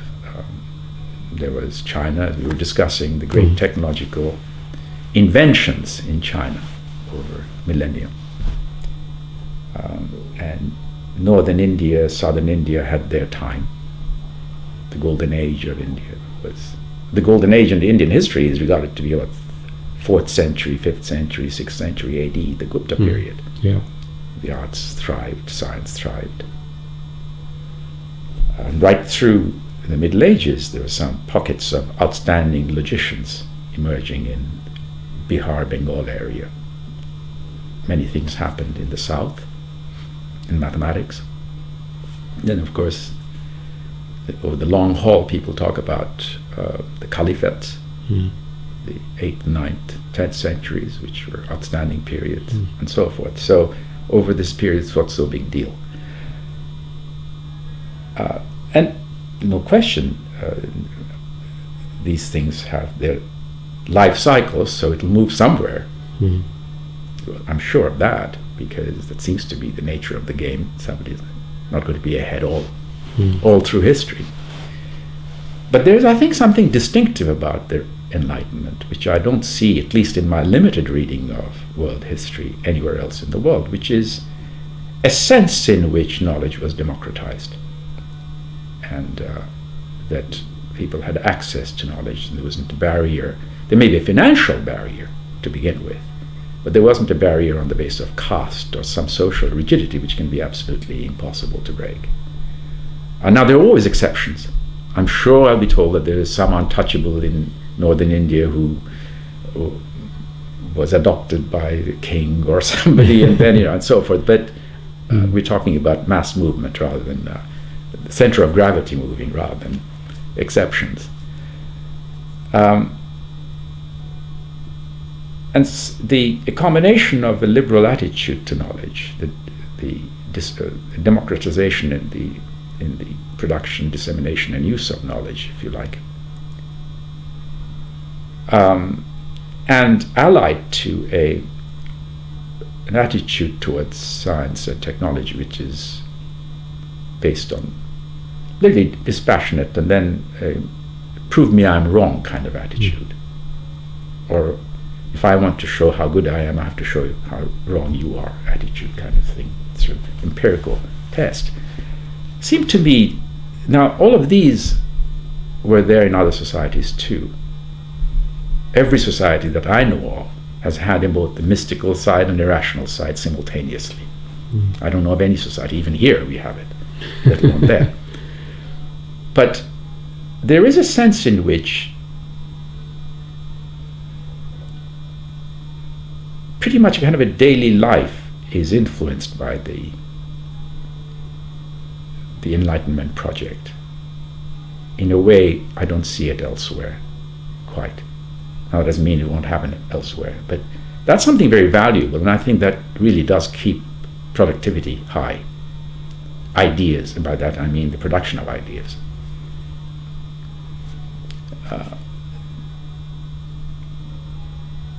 If you ask me, is Europe likely to remain a world leader in science in 300 years' time, I wouldn't have the faintest idea what it's going to be like then. Because there are incredible number of very bright people in China, India, Sub-Saharan Africa, you name it. Because again, remember, statistically people are the same. Yeah. That's the hypothesis that we work with. But I think the Enlightenment unleashed something I haven't seen anywhere else in my understanding of history. So Jack Goody and I we are the closest of friends, but I always tease him about that. I said, it's all very well to say there have been many Renaissance. No doubt, that's true. But there was something distinctive about this one. What does he say to that? Well, he says, he's very fond of me. So he would never say I'm wrong. But I don't think I convinced him. But the fact remains that it is important to realize, to remind ourselves that with all the weaknesses in the data, average income didn't really increase until pretty recently in the world, in any part of the world. Angus Madison's estimates, which are the only ones that are there, actually, as far as I know. There may be others now coming up, and they, I know, are extremely fragile data, no doubt. But that's the best we've got. Okay, all right. And they're useful because they take your attention away from the great mosques and the great temples and the great palaces and the great castles. Because if you look at them too long, you start thinking that's the average. But of course, it's just a tiny bit of the economy sitting out there, the amount that's been expropriated by the state, or whoever the guy is who is building the mosque. So that's why I take Angus Maddison very seriously, because it sort of distills away from the big ruins, which make you think that, God, there was a great civilization out there. And if you then look for per capita income, his publications suggest that not really very much happened till about 1500, in the sense that the big blocks, Asia, Africa, Europe, per capita income grew at a snail's pace. I worked it out to be about 0.002% per year over a 1500 period in most of the world. Now, if you think that where we are now started from about 1500, where we were approximately the same as it was during the Roman period, then you have some explaining to do. And that did not take place in Africa, and it did not take place in India, and it did not, as far as I know, take place in China. At least his data doesn't suggest that it happened here. So we're coming right to the end, and that's a very nice so that needs to be explained. Challenge. Yes, that needs to be explained. Shall we stop there? And Sure. thank you very much indeed, Not at Partha. all.